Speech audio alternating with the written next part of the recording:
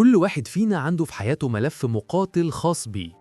الملف ده مش متسجل فيه بطولات أو انتصارات، ده ملف اللحظات اللي انكسرنا فيها، ولحظات الضعف اللي ما ظهرناهاش لحد، والسقوط اللي حصل في ضلمة أوضة أو في صمت قلب. أنا هنا مش عشان أحكي لك عن سقوط عادي، أنا جاي أحكي عن أول مرة بتيجي فيها الضربة ومش بتلاقي ولا إيد واحدة ممدودة ليك. الضربة اللي بتخليك تعرف بجد إنك لوحدك، اللحظة اللي بتحدد مين أنت مش بسبب القوة، لكن بسبب الوحدة اللي حسيت بيها في القاع. الخبطة دي ممكن تكون خسارة شغل كنت بتصرف عليه سنين عمرك، أو إنك تفشل في مشروع كنت راهنت عليه بكل فلوسك. ومشكلة السقوط ده مش في الخسارة المادية بس، لأ، الوجع الأكبر بيكون في الخذلان العاطفي.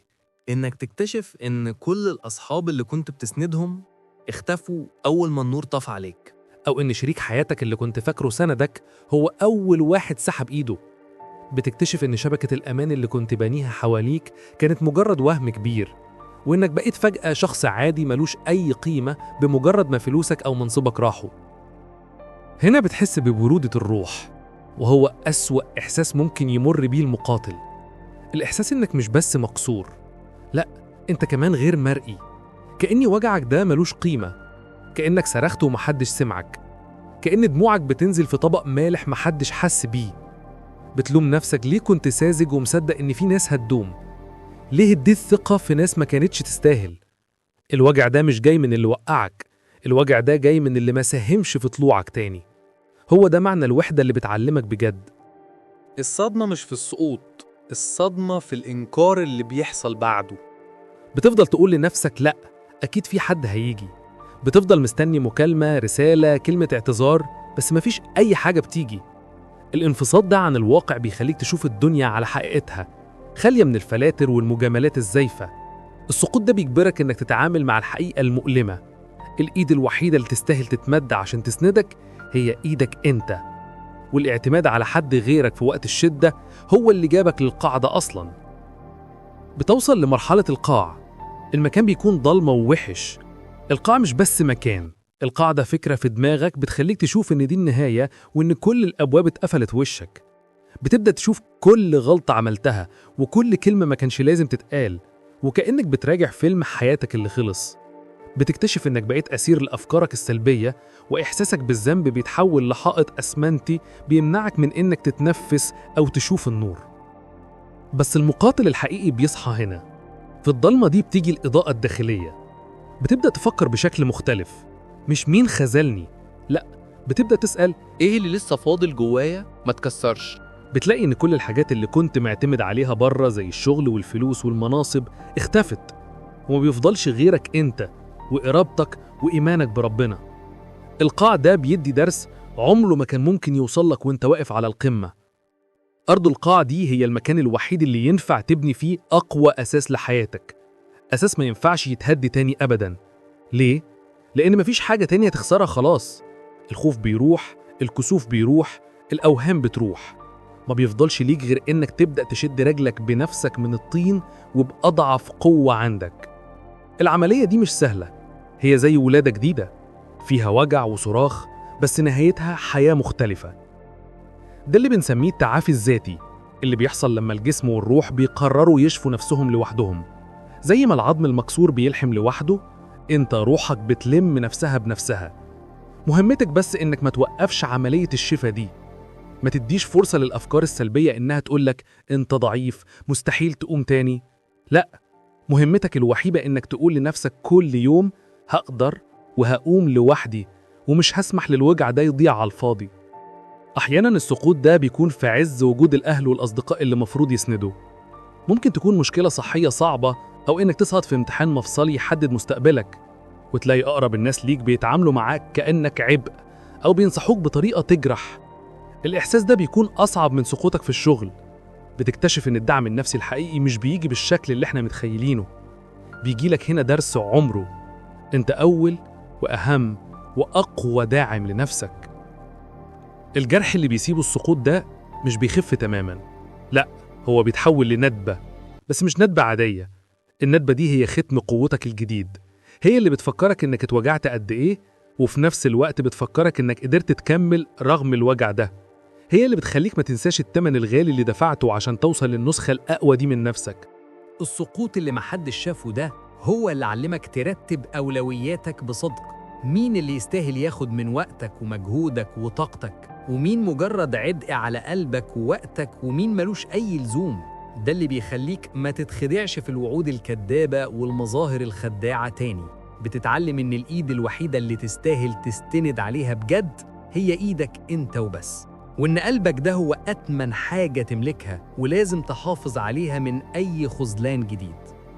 لو أنت دلوقتي في القاع أو لسه بتحاول تقوم من أول سقوط محدش شافه، أنا عايز أقولك كل الوجع ده ليه معنى.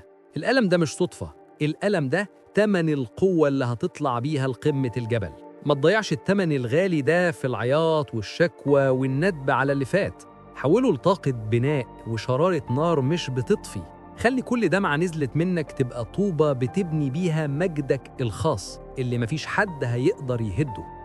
محدش اتولد بطل، البطل بيتصنع في الضلمة، بيتصنع في الأوقات اللي بتكون فيها لوحدك خالص. الفارق بين المقاتل واللي استسلم مش في عدد الوقعات، الفارق في المرة الأخيرة اللي قررت تقوم فيها. ما تخليش سقوط واحد يحكم بقية حياتك. انت لسه عندك فرصة، لسه عندك قوة، لسه عندك ملف مقاتل لازم يتكمل بحروف من ذهب عشان الناس تشوفه وتتعلم منه. في الشغل الوجع ده بيخليك تشوف مين زميل ومين عدو في زي صديق. الزميل اللي بيشوف سقوطك وبيقف يتفرج أو بيتجنبك بيكون قدم لنا أكبر خدمة، وهي تصفية العلاقات.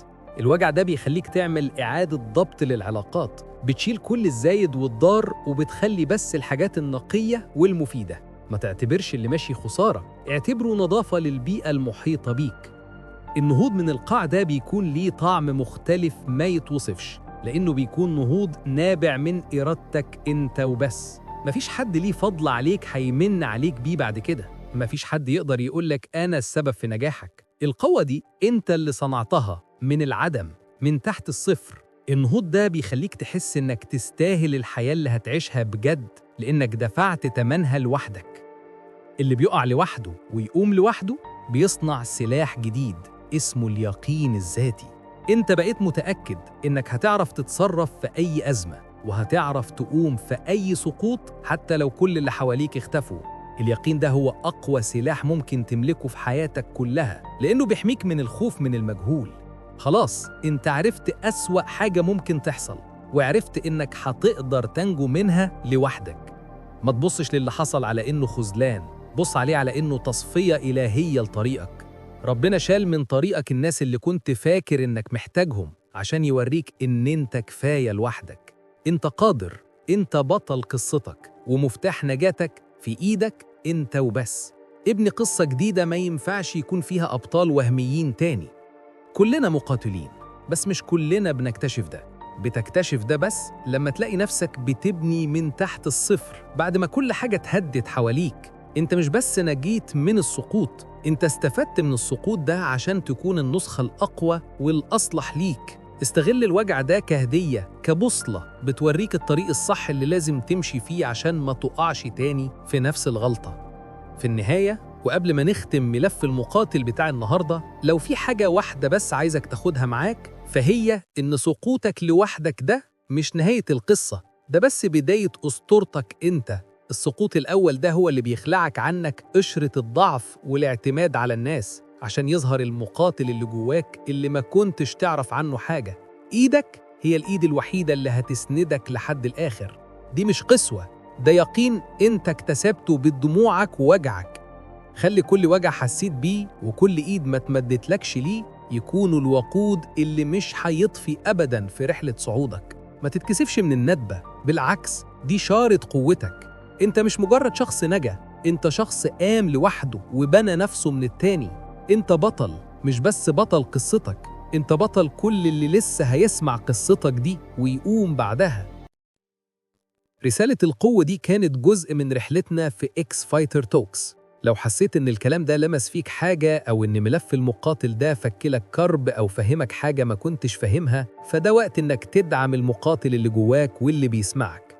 ما تنساش تعمل لايك للحلقة دي عشان توصل لأي مقاتل تاني محتاج يسمع الكلام ده.